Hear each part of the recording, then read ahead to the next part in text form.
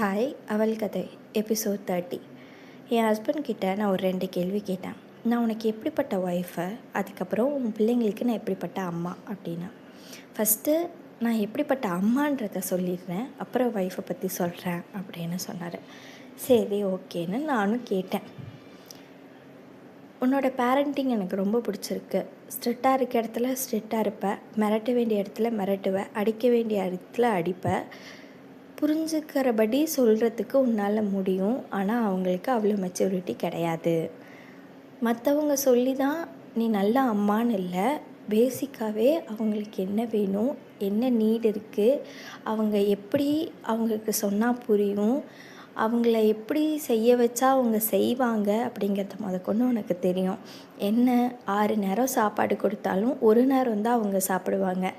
அதுதான் உனக்கு பிரச்சனை. சாப்பிட மாட்டேங்கிறாங்கன்ற ஒரு கம்ப்ளைண்ட் தான் நீ அடிக்கடி என்கிட்ட பண்ணுறது. மித்தபடி எமோஷ்னலாக இருக்கட்டும், ஸ்ட்ரிக்டாக இருக்கட்டும், பேம்பர் பண்ணுறதுலையாக இருக்கட்டும், உன்னை விட அடிச்சுக்க யாருமே இல்லை. மற்ற பேரண்ட்ஸ் எப்படியோ அதே மாதிரி தான் நீயும்.